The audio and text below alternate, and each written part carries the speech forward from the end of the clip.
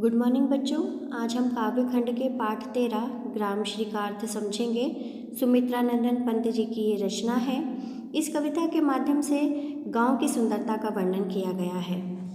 मैं एक एक पद को पढ़ती जाऊंगी और उसका अर्थ आपको समझाती जाऊंगी। फैली खेतों में दूर तलक मखमल सी कोमल हरियाली लिपटी, जिससे रवि की किरणें चांदी की सी उजली जाली। तिनकों के हरे हरे तन पर हील हरित रुधिर है रहा झलक, श्यामल भूतल पर झुका हुआ नवकाचिर निर्मल नील फलक। इस पहले पद में कवि बताते हैं कि खेतों में दूर दूर तक मखमल की तरह कोमल हरियाली फैली हुई है। मखमली हरियाली में चांदी की सफ़ेद जाली की तरह सूर्य की किरणें लिपटी हुई दिख रही हैं। जिस प्रकार मखमली वस्त्रों में चांदी की जाली जड़ी होती है, वैसे ही खेतों की हरियाली से सूर्य की किरणें लिपटी हुई प्रतीत हो रही हैं। फसलों के हरे रंग वाले तनों में हरा रक्त झलमला रहा है।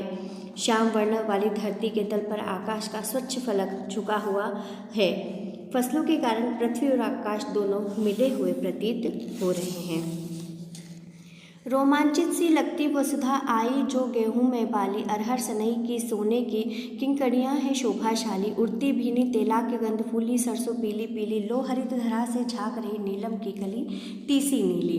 इस दूसरे पद में कवि बताते हैं, धरती प्रफुल्लित पुलकित सी लग रही है, क्योंकि जौ और गेहूं में बालें आ गई हैं। अरहर और सन की पीली फलियां रूपी सोने की कर धुनियाँ सुशोभित हो रही हैं। वातावरण में चारों ओर तेलमयी भीनी सुगंध उड़ रही है, क्योंकि सरसों के पीले पीले फूल खिल रहे हैं। यह देखो, हरितमयी धरती से नीलम रत्न सी अलसी की नीली कली झांकती हुई सी दिखाई दे रही है।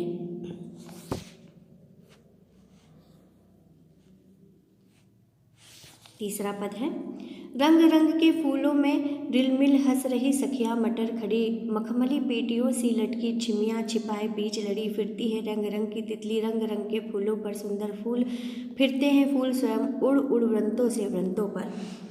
इस तीसरे पद में कवि बताते, विभिन्न रंगों के फूलों में घुसकर मिलकर मटर रूपी सखियां मुस्कुरा रही हैं। रंगीन फूलों के बीच मटर लगी फलियां ऐसी लग रही हैं जैसे वे रंगीन फूलों से मिलकर प्रसन्न हो रही हैं। मटर की फलियां बीजों के दानों को छुपाए हुए मखमली पेटियों की तरह लग रही हैं। उनके ऊपर विविध रंगों के फूलों पर रंग बिरंगी तितलियां उड़ रही हैं। ऐसा लगता है कि इस मनोरम वातावरण में फूल स्वयं उल्लास से भरकर एक डंठल से दूसरे डंठल के ऊपर बैठ रहे हैं। हवा में लहराते फूल ऐसे लगते हैं जैसे एक से दूसरी डाली पर जाकर लग गए हों।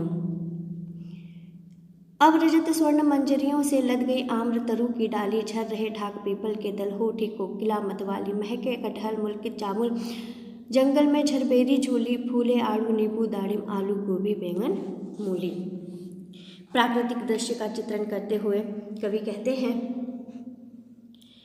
कि अब चांदी और सोने जैसी चमक वाले बेर में आम की डाली भर गई है। ना, वो जो बोर लग जाते हैं ना आम पर, आम लगने से पहले वो ढाक तथा पीपल के वृक्षों से गिरते पत्तों के सौंदर्य से विपुल कोयल मदमस्त होती है। चारों ओर कटहल की सुगंध फैली हुई है। जामुन पर अधखिले फूल सुशोभित है और जंगल में झरबेरी की डालों पर बेर झूला झूल रहे हैं। आड़ू नींबू अनार आलू गोभी बैंगन और मूली उल्लास से प्रफुल्लित होकर फूल रहे हैं। पीले मीठे अमरूदों में अब लाल लाल चित्तियां पड़ी, पक गए सुनहले मधुर बेर, अवली से तरु की डाल जड़ी, लह लह पालक मेहमद धनिया लौकी और सेम फली फैली, मखमली टमाटर हुए लाल, मिर्चों की बड़ी हरी थैली। कवि कहते हैं कि अब पीले रंग वाले पके अमरूदों में लाल लाल चित्तियां पड़ गई हैं, सुनहरे रंग के मीठे बेर पक गए हैं और छोटे छोटे आंवलों से पेड़ की डाली भर गई है।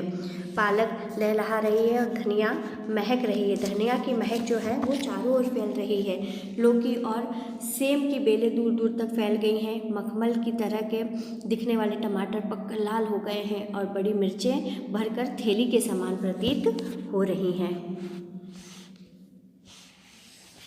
बालू के सापों से अंकित गंगा के सतरंगी रेत, सुंदर लगती सरपत छाई, तट पर तरबूजों की खेती, अंगुली की कंघी से बगुले कलगी संवारते हैं कोई, तिरते जल में सुरखा पुलिन पर मरगोटी रहती सोई। इस पद में कवि ने बताया, कवि कहते हैं कि पानी की लहरों से बने बालू के सापों से गंगा की सतरंगी रेतें चिन्हित हो रही हैं। किनारे पर घास पात और तिनकों से ढकी हुई तरबूजों की खेती अत्यंत सुंदर लग रही है। कहीं पर बगुले पंजों की उंगलियों से अपनी कलगी को संभाल रहे हैं, तो कहीं पानी में चक्रवात पक्षी तैरते दिख रहे हैं। गंगा के किनारे पर नाव का अगला भाग लेटा रहता है या उस पर पड़ा हुआ दिखाई देता है। हसमुख हरियाली हिम आतप सुख से अलसाए से सोए भीगी अंधियाली में निशी की तारक स्वप्नों में से खोए मरकट डब्बे सा खुला ग्राम जिस पर नीलम नभ आच्छादन निरुपम हिमांत में स्निग्ध शांत निज शोभा से हरता जनमन। इस आखिरी पद द्वारा कवि बताते हैं कि मुस्कुराती सी हरियाली और उतरते जाड़े की गर्माहट में ग्रामीण नींद में डूबे हैं। वे ओस से भीगी अंधेरी रात में नक्षत्र लोक के स्वप्नों में खोए हुए हैं। अर्थात कि सारा गांव गहरी नींद में सपनों का आनंद ले रहा है। पन्ने के सुंदर खुले डब्बे के समान खुले खुले से इस ग्राम का आकाश रूपी नीलम रत्न उसका ढक्कन प्रतीत होता है। ठंड के अंतिम दिनों में ओस से भीगी और नींद में डूबा होने के कारण शांत ये ग्राम अपनी अनोखी सुंदरता से प्रत्येक का मन मोहित कर रहा है।